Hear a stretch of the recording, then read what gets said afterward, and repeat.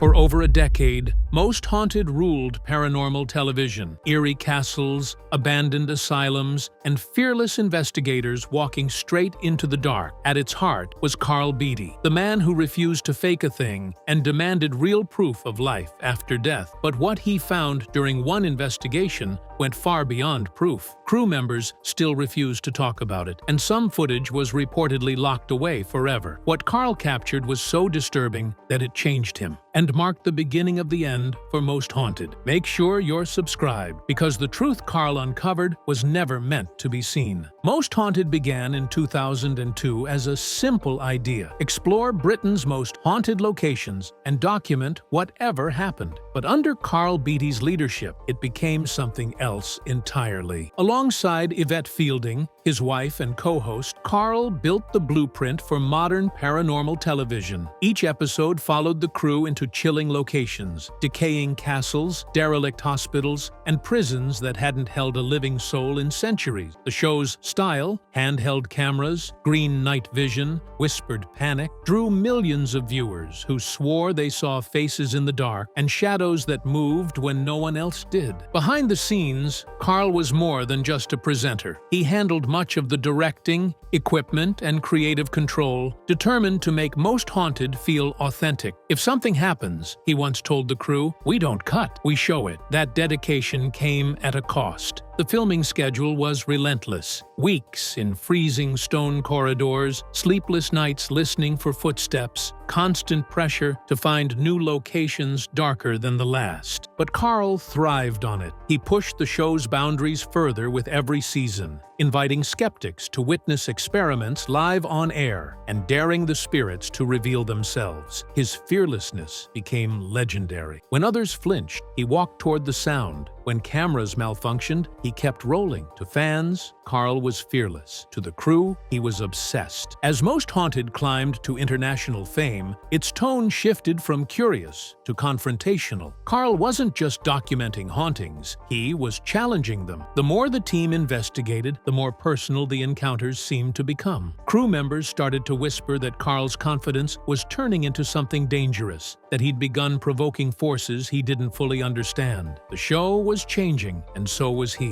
What started as television entertainment was slowly becoming a battle with something unseen. And it was a battle that would soon consume Karl Beattie completely. As Most Haunted grew into a national obsession, Karl Beattie's determination to silence skeptics turned into something darker, an obsession that consumed every waking moment. The louder critics accused the show of faking evidence, the harder Karl pushed to prove them wrong. He started designing new experiments that blurred the line between investigation and invitation. He'd sit alone in pitch-black rooms for hours, whispering challenges into the dark. He'd bring home artifacts from haunted sites, pieces of wood, scraps of fabric, even stones, convinced they might hold residual energy. Crew members began to notice the change. He stopped treating it like television. One cameraman recalled, "It was like he was trying to open a door." Yvette Fielding, who had known Karl better than anyone, later admitted she became worried. "He wouldn't sleep," she said in a rare interview. He'd replay the same 10 seconds of footage over and over, saying, "Listen, it's talking," but all I could hear was static. During this period, the atmosphere on set shifted. Crew members reported unexplained malfunctions that only seemed to happen around Karl. Cameras drained faster, lights flickered, and voices appeared faintly on playback. Skeptics might call it coincidence, but to those present, it felt like something had attached itself to him. One investigator even claimed Karl's demeanor would change mid-investigation, his tone deepening, his eyes gone somewhere else. The breaking point came during an overnight shoot in a Victorian asylum. Karl insisted on performing an experimental EVP session alone. The others waited outside, monitoring the audio feed. 10 minutes in, they heard him whisper, "If you're here, make yourself known." There was silence. Then a deep, distorted voice responded, "We already have." Karl never spoke about what happened next, but when he emerged, his face was pale, his hands trembling. From that night forward, Most Haunted was never the same. Karl began carrying protective charms, something he'd once mocked other investigators for doing. The footage from that investigation was never aired. Officially, the tapes were unusable, but some crew members whispered that the network refused to broadcast what was captured because whatever answered Karl that night wasn't supposed to exist. The night that changed everything happened in late 2004 at a derelict hospital in Yorkshire, an episode that would later vanish from Most Haunted's archives. Karl Beattie insisted on leading the investigation himself, determined to capture evidence no one could dispute. The crew set up static cameras in the main corridor, while Karl roamed alone with a handheld camcorder, his breath visible in the freezing air. For nearly an hour, nothing happened. Then, around 3:12 a.m., one of the static cameras recorded movement, a figure crossing behind Karl, transparent but human-shaped, its head slightly tilted as if watching him. When they reviewed the footage later that morning, the room went silent. The figure wasn't a shadow, reflection, or trick of light. It was there, walking with intent, visible for less than 2 seconds before vanishing into the wall. A production assistant fainted. Karl stared at the monitor and whispered, "That's it. That's what we've been looking for." But the moment was short-lived. Hours later, the network's compliance officer arrived and ordered the footage sealed. The official explanation was technical corruption. But one of the editors who'd seen it told a different story. It wasn't corrupted. It was too clear, too real, and it looked straight at the camera Karl fought to keep the clip in the episode, claiming it was the most compelling paranormal evidence ever recorded on British television. The network refused. Within days, the footage was removed from the master drive and replaced with a cut version that excluded the apparition entirely. According to insiders, that night broke something inside him. He stopped speaking to the producers for weeks, furious that the world would never see what he'd captured. Yvette later admitted that she'd never seen him so shaken. He believed that clip proved everything, she said, and when they buried it, he took it personally, almost like they'd buried him. Crew members reported that strange things started happening after that night. Karl claimed to see the figure's outline reflected in glass, even when no one else did. Batteries exploded, lights popped mid-shoot, and a faint whisper, a low, guttural sound, appeared on nearly every new recording. The more he tried to debunk it, the worse it got. From that point on, Most Haunted stopped being just a show for Karl Beattie. It became an obsession, one that would lead him further down a path no network, and perhaps no man, should ever have followed. After the Yorkshire investigation, Most Haunted entered its most unsettling era, the period crew members still refer to as the haunting off-camera. Karl Beattie, once the fearless leader charging into darkness, began to change in ways that worried everyone around him. He became withdrawn, agitated, and paranoid. He claimed that the same shadowy figure from the lost footage was now following him from location to location, sometimes appearing in reflections, sometimes only in dreams. "It doesn't want the cameras anymore," he reportedly told a sound engineer. "It wants me." The disturbances weren't limited to Karl. Crew members began reporting identical nightmares, being trapped in the Yorkshire hospital, hearing heavy footsteps approach, and waking up seconds before something reached them. Their filming equipment malfunctioned more frequently than ever before. Batteries drained instantly, and cold spots appeared even in climate-controlled buildings. Yvette Fielding tried to maintain composure on set, but in later interviews, she admitted, "We were seeing things we couldn't explain, and Karl was taking the brunt of it. It was as if the darkness had attached itself to him." During one shoot at an abandoned manor in Wales, things escalated. The team had set up a lockdown in the basement, with Karl leading the investigation. The footage shows him provoking whatever was there, shouting, "If you followed me here, show yourself." Moments later, the camera jerked violently. Karl was thrown backward into a wall, hitting the ground hard. Every piece of electronic equipment in the room went dead at once. When the lights came back, Karl was trembling, staring into an empty corner, whispering, "It's the same one." That footage was never aired. The official explanation again was technical failure. After that, Karl began wearing a small protective talisman on set, a St. Benedict medal given to him by a local priest. It was a strange shift for a man who once laughed at such things. He started limiting his time alone and insisted that certain locations be permanently removed from the show's itinerary. "Some doors," he said, "should never have been opened." Crew members described survived a tense silence that hung over every shoot afterward. What had once been a thrilling ghost hunt had turned into something grim and personal. Karl wasn't chasing spirits anymore. He was trying to escape one. And though Most Haunted continued filming, those who were there said the energy of the show was never the same again. Every new location felt heavier. Every whisper in the dark carried his name. By 2010,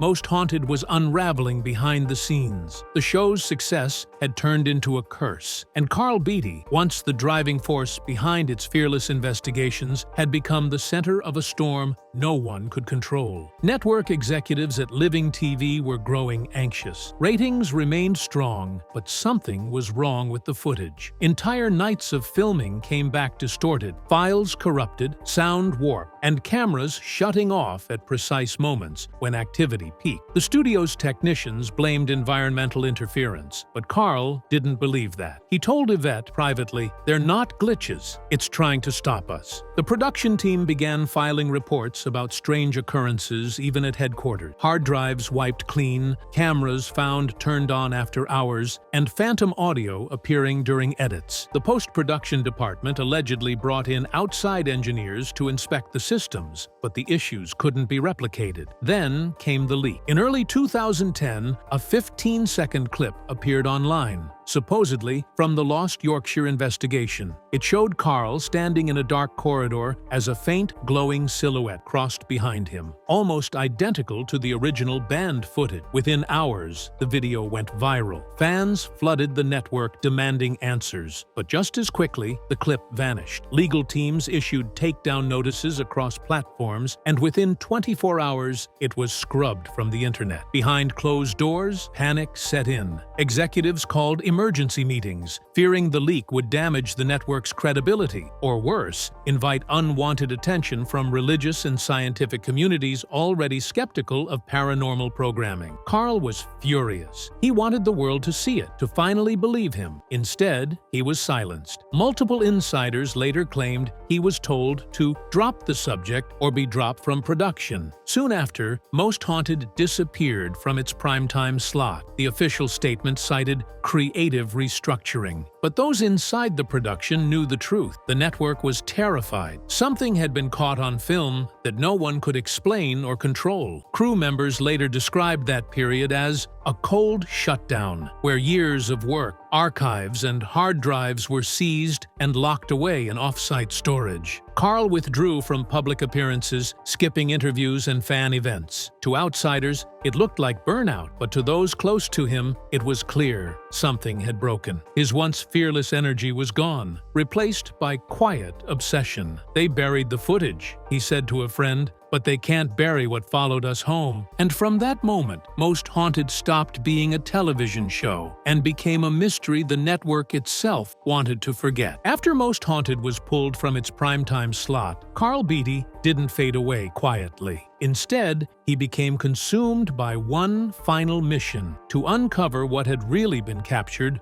on those forbidden tapes. Unable to accept the show's silent burial, he began conducting private investigations with a skeleton crew, using personal funds and minimal oversight. Gone were the large production teams and safety protocols. These were secret hunts carried out in derelict churches, abandoned hospitals, and forgotten estates the public didn't even know existed. During one of these covert shoots, Karl recorded something that even he refused to fully describe. The location was an old monastery in northern England, rumored to have been the site of exorcisms centuries earlier. The team's cameras captured an unexplainable sequence of whispers that seemed to repeat Karl's own name, distorted, layered, and growing louder each time. He later said the voices spoke in unison, ending with a chilling phrase, "We're not finished." After that night, Karl stopped all independent investigation. Close friends noticed his health deteriorating, severe insomnia, anxiety, and periods of isolation. He told one confidant, "The show opened something we shouldn't have touched." He claimed the same pattern of malfunctions followed him even outside the field. Phones switching on by themselves, footage corrupting at random, objects moving in his office when no one was around. Despite his deteriorating condition, Karl was still drawn to the truth. He analyzed the monastery audio repeatedly and found strange data embedded in the waveform, frequencies that didn't match human speech. He sent the clip to 2 independent sound engineers, both of whom refused to comment after reviewing it. One sent only a single line in reply: "If this is real, stop digging." From then on, Karl avoided discussing Most Haunted publicly. Even Yvette Fielding admitted she didn't know what he found that night, only that, whatever it was, he was never the same again. The investigation that began as his personal crusade for proof had turned into a private horror. And though the public believed the show had ended because of low ratings, those closest to Karl knew the truth. It ended because of what he found when the cameras kept rolling. By 2012, Most Haunted was barely holding together. The crew was exhausted, the network wary, and Karl Beattie was a man unraveling under the weight of what he'd seen. Living TV executives officially cited creative differences when they finally canceled the show. But everyone involved knew that wasn't the full story. Strange incidents plagued the final shoots, cameras shorting out in unison, static bursts that erased entire recordings, and an unbearable heaviness that hung over every set. Some crew members refused to enter certain locations altogether. One sound technician later confessed, "It wasn't just haunted places anymore. It was us. We were haunted." Karl tried to push forward, insisting that the series end on his terms, but the deeper he went, the more it felt like something was pushing back. On one of the final nights of filming, during a lockdown inside an abandoned rectory, the team's night vision cameras captured a loud metallic bang, followed by a human scream that didn't match any voice on set. When they reviewed the footage later, the sound wasn't there. It had simply vanished from the digital file, as if erased by something unseen. After that night, several longtime crew members quit. Editors refused to review the final tapes alone. Even Yvette Fielding began to question whether continuing the show was safe. She reportedly told Karl, "Whatever this is, it doesn't want us filming it anymore." Karl agreed reluctantly. "If we keep going," he said, "something bad will happen."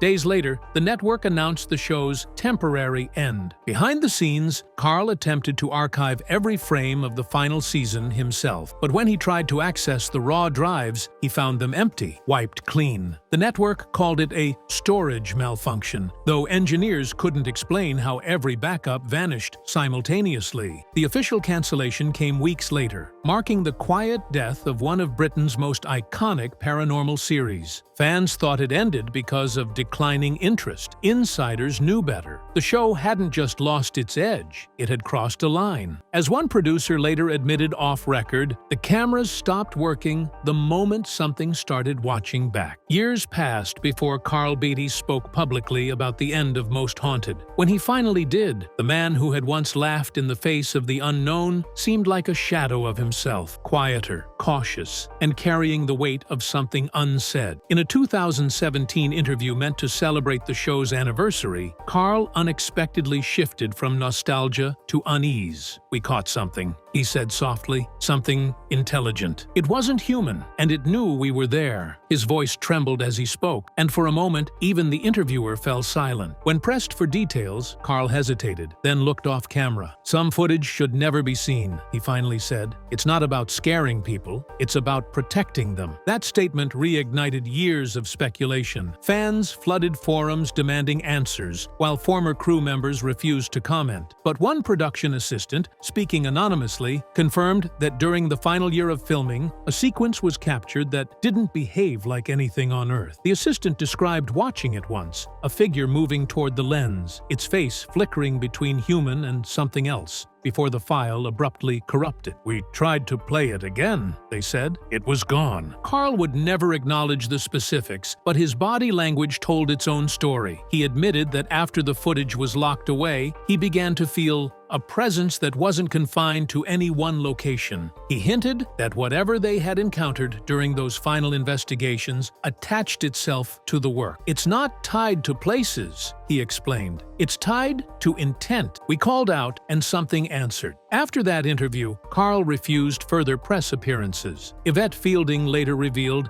that he had become withdrawn at home, avoiding discussions about the paranormal entirely. "He's not scared of ghosts," she said quietly. "He's scared of what we prove." Though Karl never revealed what was on that lost recording, his silence spoke louder than any confession could. It wasn't the ghosts that ended Most Haunted. It was what they found when the cameras stopped, something Karl still believes should never have been filmed at all. Today, Karl Beattie avoids all discussion of Most Haunted's final years. He and Yvette still appear at conventions, but questions about the lost tapes are off-limits. Former crew members describe lingering unease, claiming unexplained voices still appear on archived audio. Fans have turned the missing footage into legend, the forbidden episode. Whether it was real or a product of fear and exhaustion, no one can say for sure. But those who knew Karl believe he truly saw something that night, something that stared back. His final words on the matter remain chillingly simple. "Ghosts aren't what frighten me anymore. It's what watches when we stop filming."